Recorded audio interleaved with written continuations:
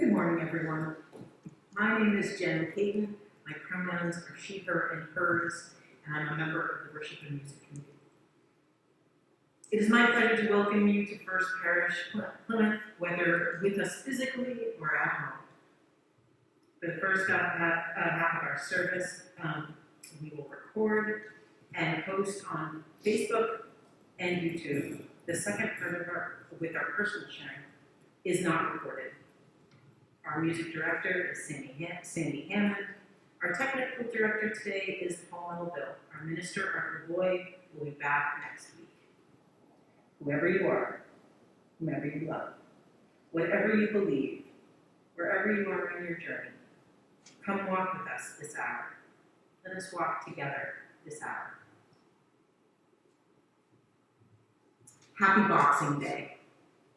Yesterday, many of us celebrated the birth of a Jewish leader whose life and words have changed the minds and hearts of many to the side of goodness, generosity, and caring. In honor of that birth, today we will tell the story of a man whose heart was changed toward goodness in the course of one extraordinary night.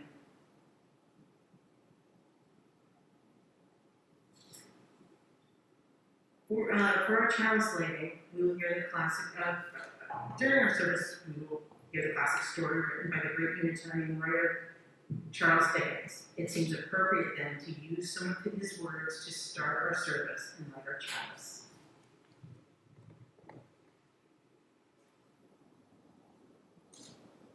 I have always thought of Christmas time, when it has come around, as a good time, a kind, forgiving, charitable time. The only one I know of in the whole calendar of the year when men and women seem by one consent to open their shut-up hearts freely, and to think of people below them as if they really were fellow passengers. We light our chalice today for our fellow passengers in this life, that the holiday may bring lightness where there is heaviness, joy where there is sorrow. When Charles Dickens read in 1843 parliamentary report on the realities of child labor in the factories of Victorian England, he wrote to one of the commissioners. His plan was to publish a pamphlet entitled An Appeal to the People of England on behalf of the poor man's child. A few days later, he wrote the commissioner again to say that he had other plans. I am not at liberty to explain them any further just now. But rest assured that when you know them and see what I do, and where and how, you will certainly feel that a sledgehammer has come down 20 times the force, 20,000 times the force I could exert following my first idea. Dickens' sledgehammer blow for the poor turned out to be a Christmas carol, written in a 6-week rush and published at his own expense on December 17, 1843. It was one of many public and private efforts by Dickens to bring about social reform, prison visits, charity drives, promotion of the so-called ragged schools for the poor, cash for a fired worker or a child's education. A Christmas Carol is about a man named Ebenezer Scrooge. Scrooge loved money above all other things. To him it was more important than anything in life, more important than family, friends, the people who worked for him, for people in general. Let us see what Dickens said happened to Scrooge one fateful Christmas Eve. Let's start our play. Once upon a time, on all the good days of the year, on Christmas Eve day, old Ebenezer Scrooge sat in his money counting house. Outside in the cold, bleak weather, the city clocks had just struck 3 in the afternoon, but it was quite dark already. Carriages and sleighs went by, the horses' bells jingling in the winter air. Scrooge kept a careful eye on his clerk, who sat at a dismal little desk, copying letters. Scrooge had a very small fire. The clerk's fire was ever so much smaller at a single coal. Meanwhile, the fog and darkness thickened, and the cold became piercing. Some carolers passed by outdoors, singing.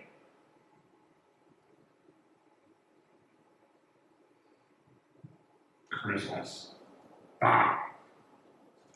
Humbug! Go away, you miserable beggars. Take your Christmas carols. Get away from my door. Merry Christmas! I live in a world of fools. Merry Christmas. If I had my way, everyone who said Merry Christmas would be cooked for his own Christmas dinner.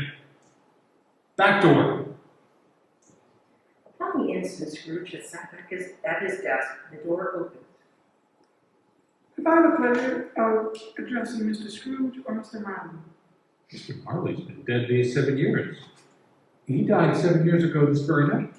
Oh, my condolences to you, sir. At this festive time of the year, Mr. Scrooge, my charity does its best to make some slight provision for the poor and homeless, who suffer greatly at this present time. Many thousands are in want of common necessities, and hundreds of thousands are in need of common comfort, sir. Are there no prisons?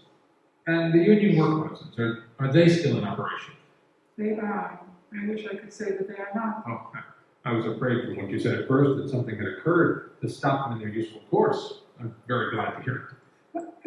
I understand that they don't really offer much in the way of cheer for mind and body to many in need. That's why we are endeavoring to raise a fund to buy the poor some meat and drink and means of warmth. We choose this time because it is a time above all others when want is keenly felt and abundance rejoices. What should I put you down for? Nothing.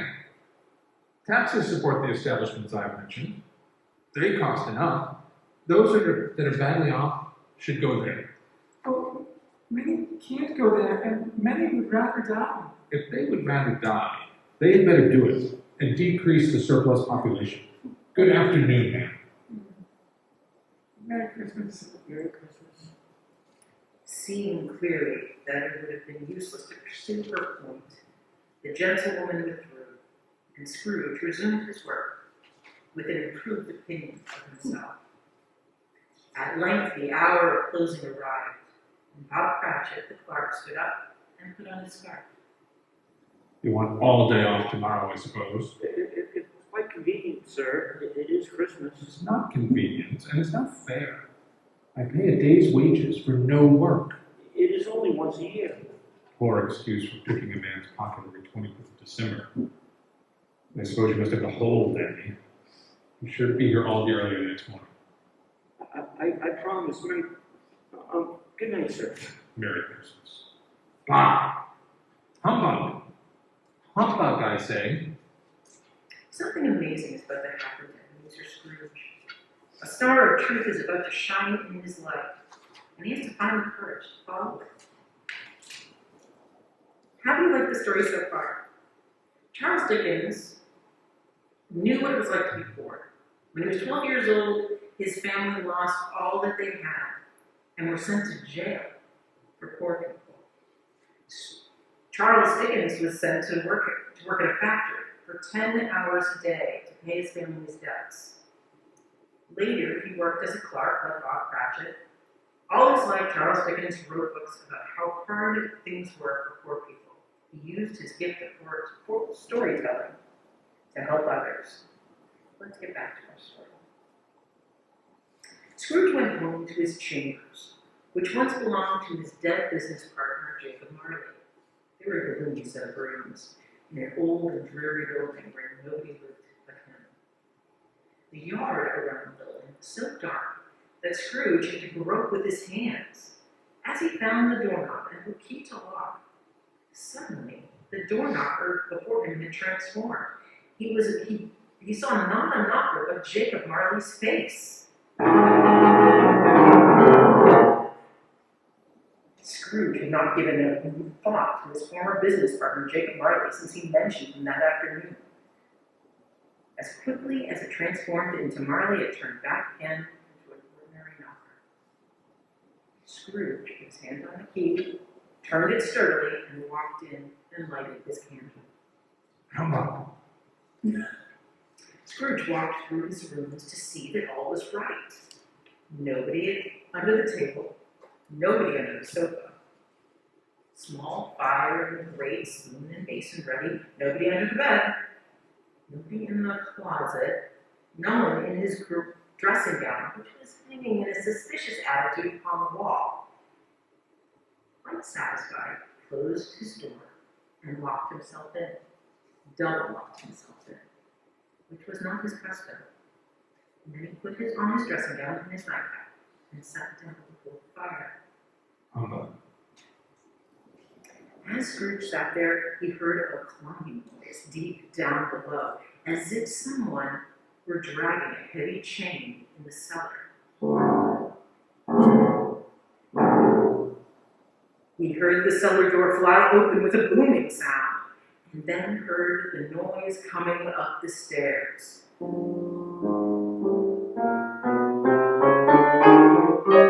Coming straight towards his door. It's humbug still. It's not humbug, it's a ghost. Without pause, the ghost came through the heavy door and passed into the room before Scrooge's eyes. A chain clasped around the ghost's middle held ledgers. These are books where people keep track of money. Deeds. Those are papers about who owns property, and cash boxes, keys, and padlocks made of steel. Who are you? In life, I was your business partner, Jacob Marley. Humbug, I tell you. Humbug. Scrooge, hear me. Dreadful ghost. Why are you chained? I wear the chains I forged in life. Each time I made money more important than people. Each time I made some poor family lose their home. Each time I sent a poor person to prison. I made another link in this chain. And now in death, I must drag it after me. It is a dreadful burden, Scrooge. Hear me. My time is nearly gone. I'm here to warn you, so that you have yet a chance of escaping my fate. You will be haunted this very evening by 3 spirits. Expect the first when the bell tolls 1. Expect the second when it strikes 2. Expect the third when it strikes 3. For your own sake, remember what will pass. How? Scared and tired, Scrooge went straight to bed and fell into a thick sleep. Now, I said Scrooge loved money more than friends, but maybe he had one friend. Maybe this man Marley was his friend because he came back to tell Scrooge the truth. Friends do that sometimes. Sometimes a good friend will tell the truth about how we could be better people. Do you think Scrooge will listen to this friend or the ghosts that will come? Let us see. Scrooge awoke when he heard the bell sounding the hour of 1. Light flashed in the room, and the curtains were drawn aside. The curtains of his bed were drawn aside. I tell you, by a hand, and not the curtains at his feet, nor the curtains at his back, but those to which his face was addressed. Scrooge found himself face to face with an unearthly visitor. It wore a tunic, pierced white and lustrous belt. Its garment was trimmed with summer flowers. I am the ghost of Christmas past. As the ghost spoke these words, she clasped Scrooge's hand, and they passed through a wall, and soon stood on a country road with fields on either side. Good heavens. I was born here. Walking the road, he recognized every gate and post and tree. Soon they came to a school. The school is not quite deserted. A solitary child, neglected by his friends, is left there still. Scrooge beheld himself as a child, thin, cold, alone at Christmas in the old school, no one to care for him. I know the boy. Scrooge sobbed as he remembered the sad child he had been, always alone on Christmas Day. The ghost grasped his hand again and then stopped at a warehouse door. Oh, Fezziwig. I had my first job here. In they went, and at the sight of the old gentleman sitting behind the high desk, Scrooge cried out. Why, it's old Fezziwig, bless his heart. It's Fezziwig alive again. Yo ho there, Ebenezer, Dick. Scrooge's former self, now a young man, came briskly in, accompanied by a fellow apprentice. Yo ho, my boys, no more work tonight. It's Christmas Eve. Oh, the Christmas party. He threw such marvelous parties. Plenty of cake, punch, and pie. It was glorious. Scrooge could scarcely believe his eyes, seeing himself as he was then. As the jolly Christmas party began, Scrooge caught sight of a young woman, Belle. Ah, Belle, as lovely as ever. She always took my breath away. That was before I took the job with Marley. And then again, away Scrooge and the ghost went. Again, Scrooge saw himself, older now, a man in the prime of his life, with an eager, greedy, restless motion in his eyes. He sat not alone, but with Belle, with tears trailing down her cheeks. He had loved the girl once, and they were to be married. Spirit, do not shout a mistake. We cannot marry, Ebenezer. You do not love me as you once did. I fear a golden idol replaces me, and gain engrosses you. She rose and walked sadly away. Love of money had made him lose her. No, don't go, Belle. She cannot hear. Foolish young man to have prized money over that woman. Ghost, remove me from this place. Why do you delight in tormenting me? I told you these were shadows of the things that have been, that they are what they are. Do not blame Remove me. I cannot bear it. Take me back. Haunt me no longer.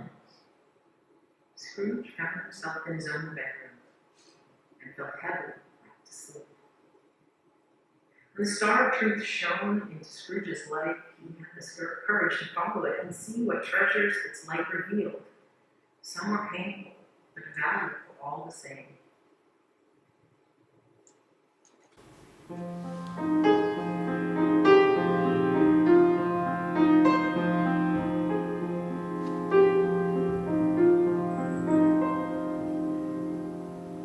If I could tell the world just one thing, it would be that we're all okay.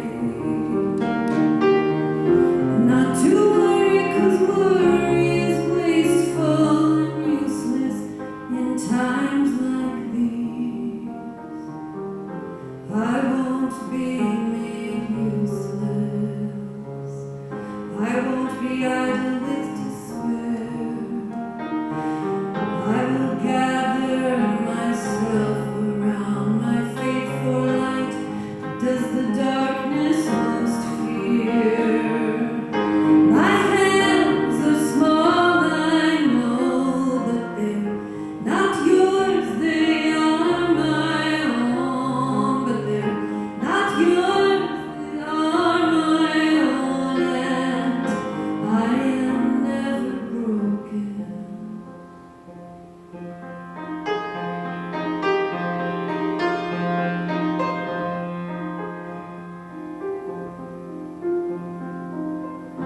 Poverty stole your golden shoes, but it didn't steal your laughter. And heartache came to visit me, but I knew it wasn't ever after. We'll fight, not our spite, for someone must stand up for what's right. 'Cause when there's a man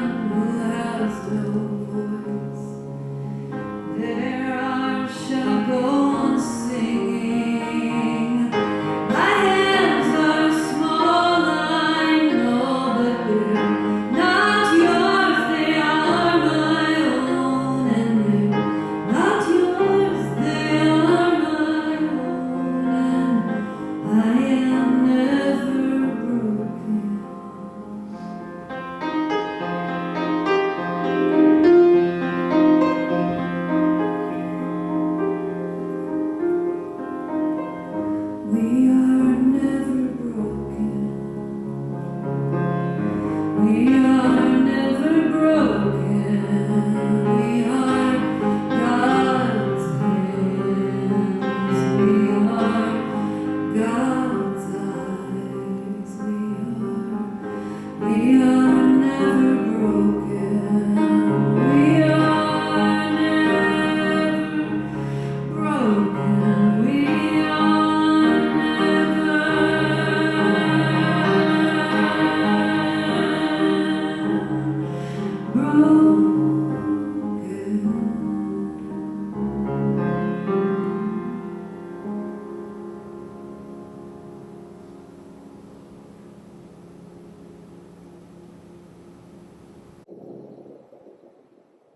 Can't you imagine seeing yourself as you once were? What a gift the spirit of Christmas past gave Scrooge, helping him remember how he became when he was. It was a painful gift for Scrooge. Let's see how he's able to receive it, and the gift of the next spirit. Scrooge woke in the middle of a great snore. Knowing the bell was about to strike 2, trembling, he watched and waited. He saw a great blaze of ruddy light, which was more alarming than a dozen ghosts. He got up softly and shuffled in his slippers to the adjoining room, from whence the light seemed to shine. Ebenezer Scrooge, good fellow. Come in, and know me better, man. Heaped upon the floor, to form a kind of throne, were turkeys, geese, game, poultry, great joints of meat, long wreaths of sausages, mince pies. For the vegetarians out there, there were also plum puddings, barrels of red-hot chestnuts, cherry-cheeked apples, juicy oranges, luscious pears, and seething bowls of punch. Above it all sat a jolly giant, glorious to see. I am the ghost of Christmas present. Spirit, conduct me where you. Gone was the fine food and punch. Gone was the room and warm fire. Instead, Scrooge and the ghost of Christmas present stood at the threshold of Bob Cratchit's door. Blessings on this house and all who dwell within. They went through the door as if it were merely mist. Inside they found a merry bustle as the Cratchit family prepared for Christmas dinner. Why, Bob Cratchit. This must be his house. This must be his family. Bob took his son Tiny Tim beside him. Tiny Tim was small and thin and sickly. He could not walk very well and needed a crutch to get along. Who is that little fellow? That is Tiny Tim. Why is he walking with a crutch? I fear that Tiny Tim is not well. He has been sickly all his young life. At last the dishes were set on and grace was said. Mrs. Cratchit brought in the small hoops on a platter. A toast to the founder of this feast, Ebenezer Scrooge. Founder of the feast indeed. How can you expect him to, how can he expect you to support a family on such a small salary?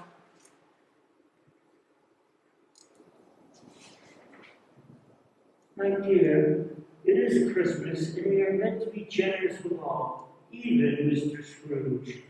Oh, for your sake, and for the sake of the day. Mr. Scrooge, Merry Christmas, God bless you. Yes, Merry Christmas to us all, my dears. God bless us. Merry Christmas, God bless us. God bless us, everyone. Spirit, tell me if Tiny Tim will live. I see a vacant seat in the porch chimney corner, and a crutch without an owner, carefully preserved. But no, that cannot be. Can nothing be done? If these shadows remain unaltered by the future, none other of my race will find him there. What then? If he be like to die, he had better do it, and decrease the surplus population. Scrooge hung his head to hear his own words quoted by the spirit. It was overcome with penitence and grief. Man, if man you be in heart, perhaps in the future you might hold your tongue until you have discovered what the surplus is and where it is. Will you decide what man shall live, what man shall die? It may be that in the sight of heaven, you are more worthless and less fit to live than millions like this poor man's child. The ghost Christmas present took Scrooge far, and they saw much. They visited many homes. The spirit stood by sick beds, and they were cheerful.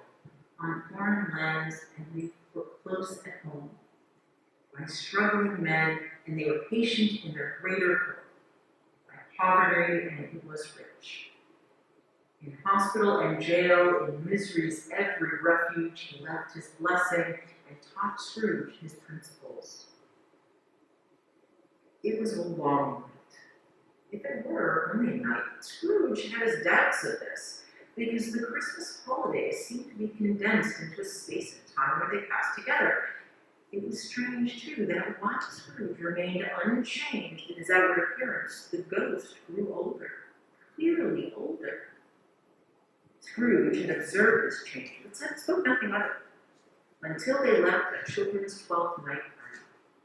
Then, looking at the spirit, as they walked together in an open space, he noticed that its hair was gray.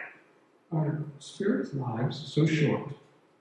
My life upon this globe is very brief. It ends tonight. Hark! Time is drawing near. Forgive me, I don't mean to be rude, but I see something strange and not belonging to yourself, protruding from your skirts. Is it a foot or a claw? It might be a claw, or the meat there is upon it. Look here.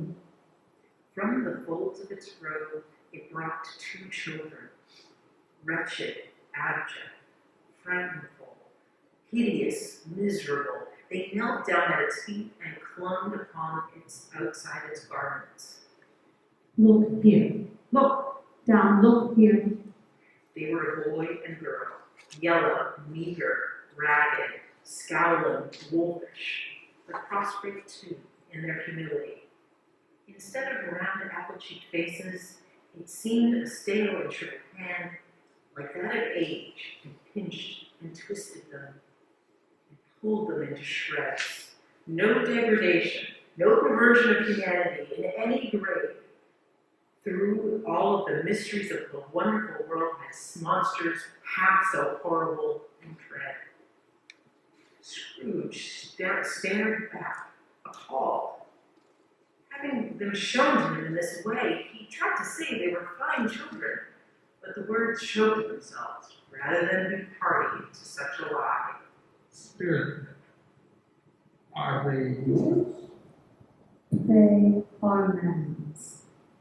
This boy is ignorance. This girl is want.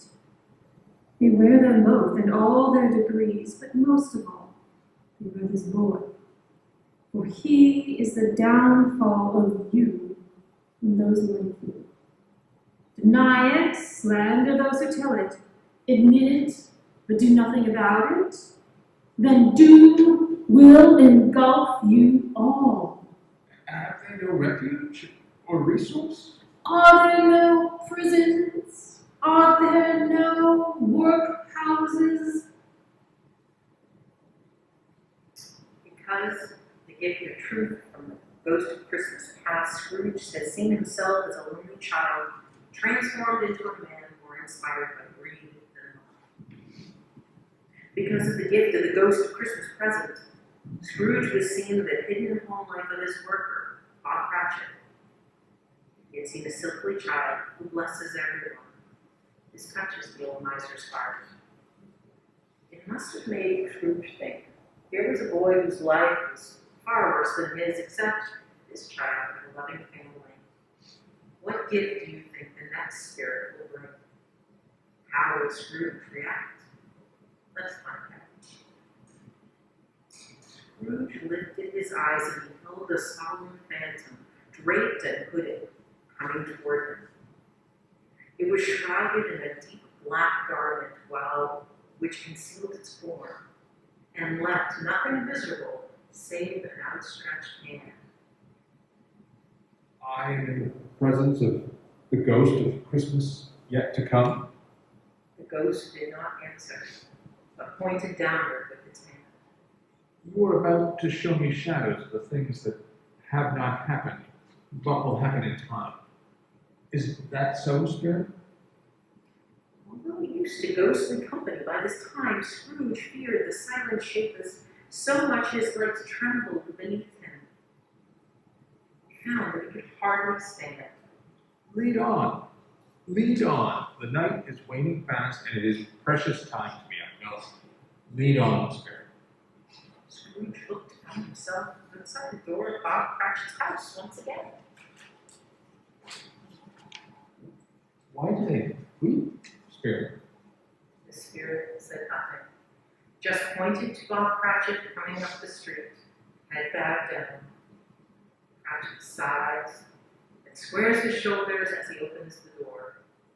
Sorry I'm late, my dear.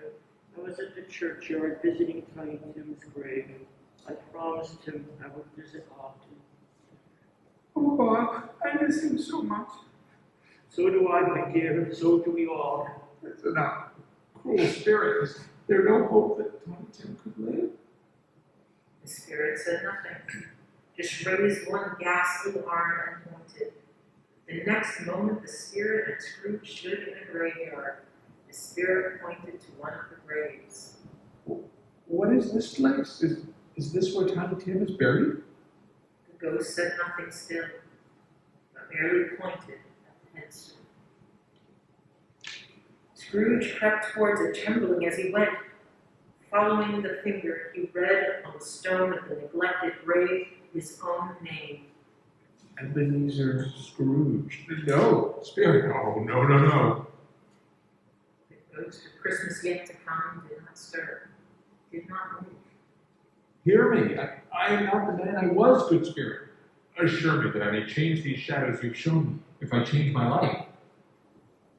The spirit did not move. I will honor Christmas in my heart and try to keep it all the year. I will live in the past, the present, and the future. The spirits of all three shall strive within me. I will not shut out the lessons they teach. Oh, tell me I may sponge away the writing on this stone. Holding up his hands in one last prayer, he saw an alteration in the ghost's hood and dress. It shrunk, collapsed, and dwindled down into the bedpost. I will live in the past, the present, and the future. The spirits of all three shall strive within me. Oh, Jacob Marley, heaven and the Christmas time be praised. I say it on my knees, old Jacob, on my knees. Thank you for warning me. Thank you for giving me another chance. Running to the window, he opened it, put out his head, and felt clear, bright, jovial, stirring cold. Golden sunlight, heavenly sky, sweet, fresh air, merry bells. Oh, glorious, glorious. Below in the street, some carolers sang.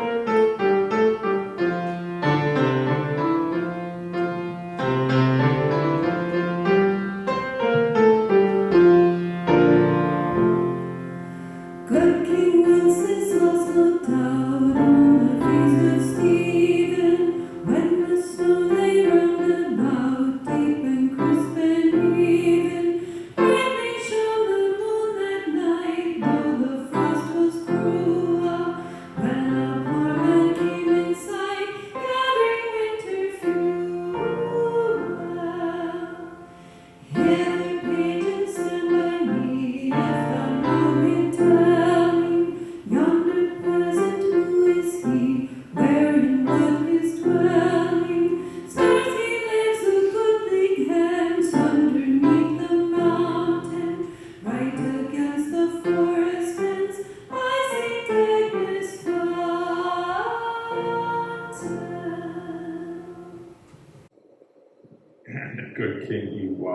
What a fitting tale of charity and kindness. Hey there, boy, what's today?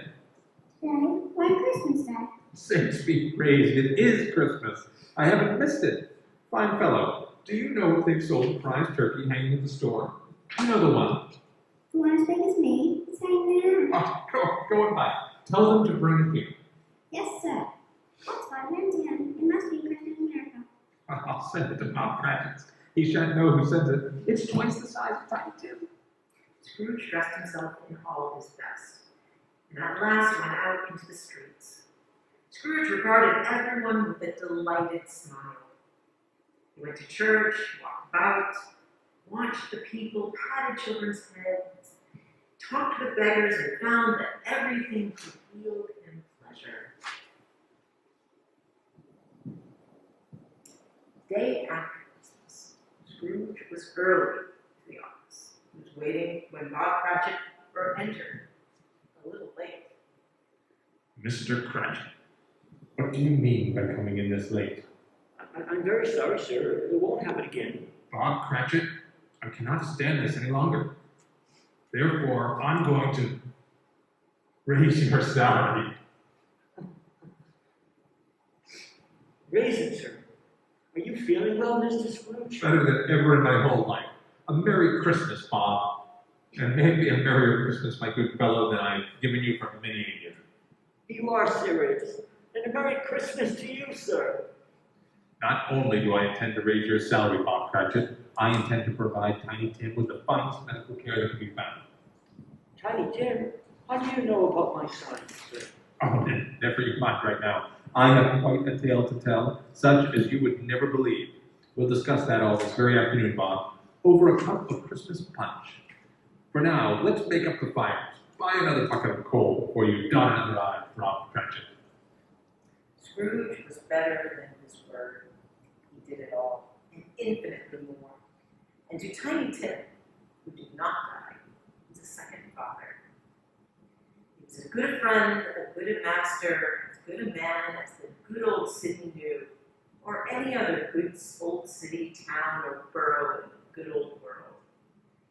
Some people laughed to see the alteration in him, but he did no mind. His own heart laughed, and that was quite enough for him.